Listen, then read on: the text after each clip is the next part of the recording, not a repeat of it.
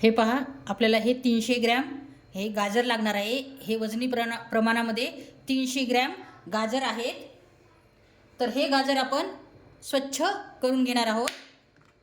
मागची साईड आणि पुढची साईड अशा प्रकारे सर्व गाजराची काढून घेणार आहोत. ते चिरून घ्यायचे आहेत आणि गाजर हे कवळेच असावेत. शक्यतो निब्बर गाजर तुम्ही घेऊ नका. अशा प्रकारचे कवळे गाजरच तुम्ही या रेसिपीसाठी चूज करा. रेसिपी खूप मस्त आहे.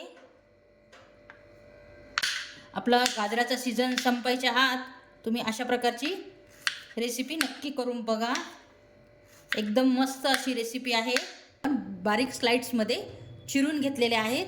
आता या पुढची प्रोसिजर आपण करूयात.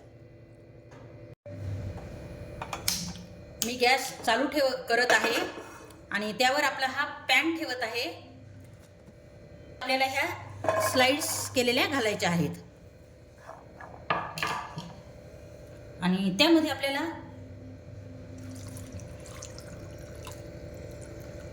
एक ग्लास पाणी टाकायचे आहे. हे गाजर छानपैकी आपल्याला शिजून घ्यायचे आहेत. तर शिजण्यासाठी आपल्याला 15 ते 20 मिनिटं लागणार आहे. आपण यावर झाकण ठेवणार आहोत. त्यामुळे हे गाजर आपले पटकन मऊसूत शिजतील. हे पहा, पाहू शकता आपले हे सर्व गाजर छानपैकी शिजले गेले आहेत. पण आपण गाळून घेऊयात.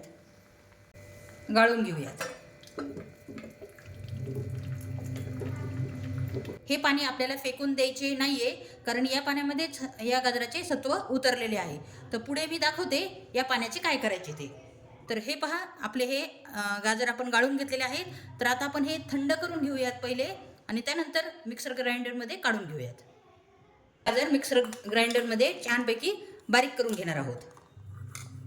मी 2 बॅचमध्ये बारीक करून घेत आहे. हे पहा, आपण मिक्सर ग्राइंडरमध्ये अशी बारीक एकदम फाईन पेस्ट करायची आहे. तर ही पेस्ट मी आता आपल्या या पॅनमध्येच घालणार आहे. दुसऱ्या प्रकारे आपण फाईन पेस्ट करून घ्यायची आहे.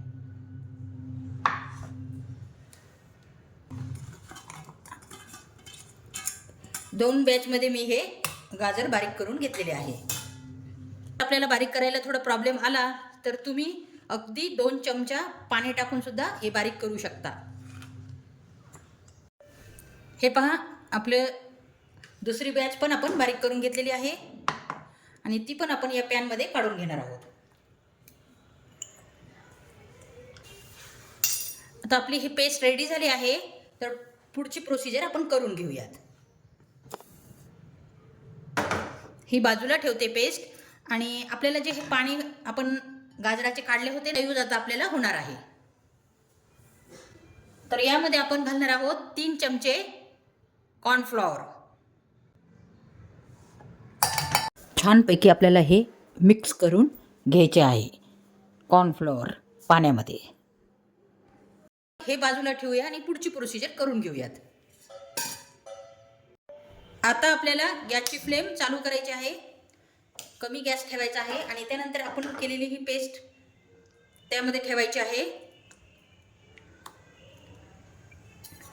त्यानंतर आपल्याला या पेस्टमध्ये आपण गॅस चालू केलेले आहे आणि त्यानंतर या पेस्टमध्ये आपल्याला हे अर्धा कप साखर घालायची आहे. साखर ही तुम्ही कमी जास्त करू शकता आवडीनुसार, पण या मेजरमेंटनुसार बरोबर ही साखर होते 300 ग्रॅम गाजरला. आणि त्यानंतर आपण घालणार आहोत ही आपली पेस्ट केलेली कॉर्नफ्लोअरची. मस्तपैकी हलवून घालणार आहोत, कारण खाली ती लगेच तळाला बसते. हे पहा, अशा प्रकारे पूर्ण पेस्ट आपण घालणार आहोत. अशा प्रकारे आपल्याला छानपैकी मिक्स करून घ्यायचे आहे आणि गॅसची फ्लेम आपली चालूच आहे. आपण यामध्ये कॉर्नफ्लोअरचे पाणी घातलेले आहे, त्यामुळे मस्तपैकी पटकन हलवून घ्यायचे आहे. आणि त्यानंतर आपण घालणार आहोत येथे फ्लेवरसाठी मी इलायची पूड घालणार आहे. त्यामध्ये तुम्ही व्हॅनिला इसेन्स पण घालू शकता, पण इलायचीचा फ्लेवर खूप छान येतो या डेझर्टमध्ये. हे पहा सर्व मी मिक्स करून घेतलेले आहे छानपैकी. आणि येथे मी गॅसची फ्लेम थोडी कमी करते आणि पुढची प्रोसिजर आपण अगोदर करून घेऊयात. माझ्याकडे कपकेकचे मोल्ड होते, तर त्याच मोल्डमध्ये आपण ही रेसिपी सेट करणार आहोत. आपण हे कपकेक रेडी करून घेऊयात.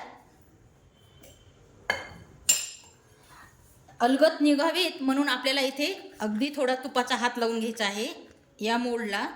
हे कपकेक आहेत, मी यामध्ये केक बनवते. आज आपण या कपकेकमध्ये कॅरट डिलाईट बनवणार आहोत.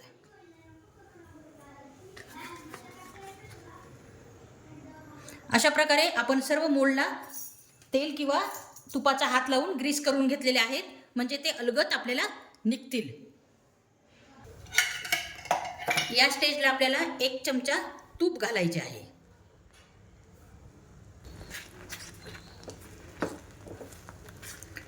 आणि बस या पुढची स्टेप म्हणजे आपल्याला फक्त सतत हलवत राहायचे आहे.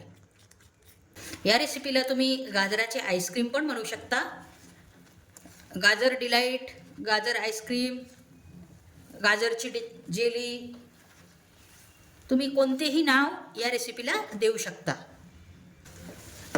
आपल्या या बॅटरला किती मस्त कलर आला आहे, लाल चुटूक कसा मस्त.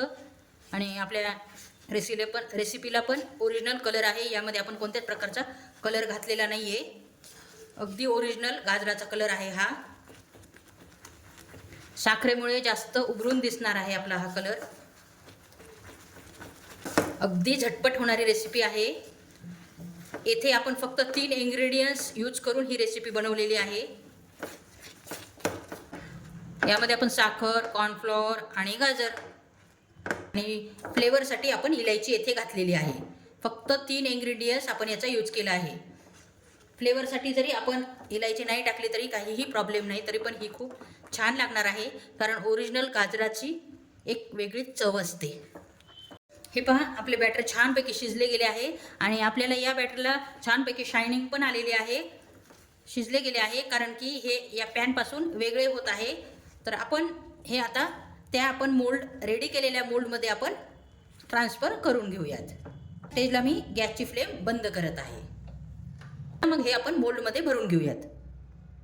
पाहू शकता आपले बॅटर पण रेडी झाले आहे आणि आपले मोल्ड पण रेडी आहेत. तर आपण हे जेवढे 4 बसतील एवढ्यामध्ये जेवढे बसतील तेवढे बॅटर भरून घेऊयात आणि त्यानंतर जर राहिले तर दुसऱ्या याच्यामध्ये आपण भरून घेऊयात. तर अशा प्रकारे गरम गरमच आपल्याला हे या मोल्डमध्ये भरून घ्यायचे आहेत. हे पहा अशा प्रकारे.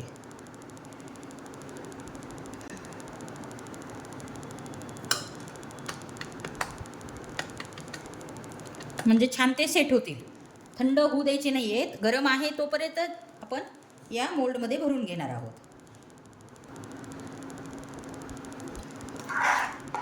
हे पहा दुसऱ्या मोल्डची गरज नाही लागली आपल्याला. ह्या 4 मोल्डमध्ये सर्व आपले बॅटर बसले आहे. हे तयार मोल्ड आपल्याला डीप फ्रीजरमध्ये 1 ते 2 घंट्यासाठी छानपैकी सेट होण्यासाठी ठेवायचे आहे. त्यानंतर तुम्हाला मी ही रेसिपी दाखवते. हे पहा 2 घंटे झाले आहेत, आपण डीप फ्रीजरमधून काढून घेतले आहेत.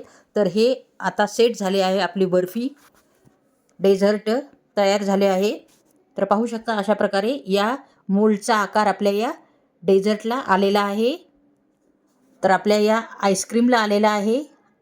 या रेसिपीला तुम्ही काहीही म्हणू शकता. हे पहा किती मस्त असा आकार आला आहे. आपल्या या जेलीला जेली पण म्हणू शकता.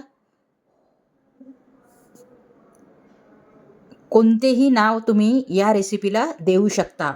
अगदी कॅरटचे आईस्क्रीमसुद्धा तुम्ही म्हणू शकता किंवा जेली, गाजरची जेली पण म्हणू शकता.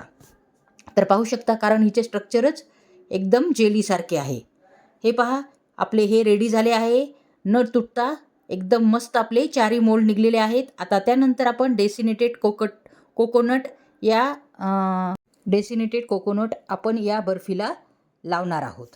हे पहा अशा प्रकारे 4 बाजूनी लावल्यानंतर अगदी अप्रतिम अशी ही रेसिपी दिसणार आहे.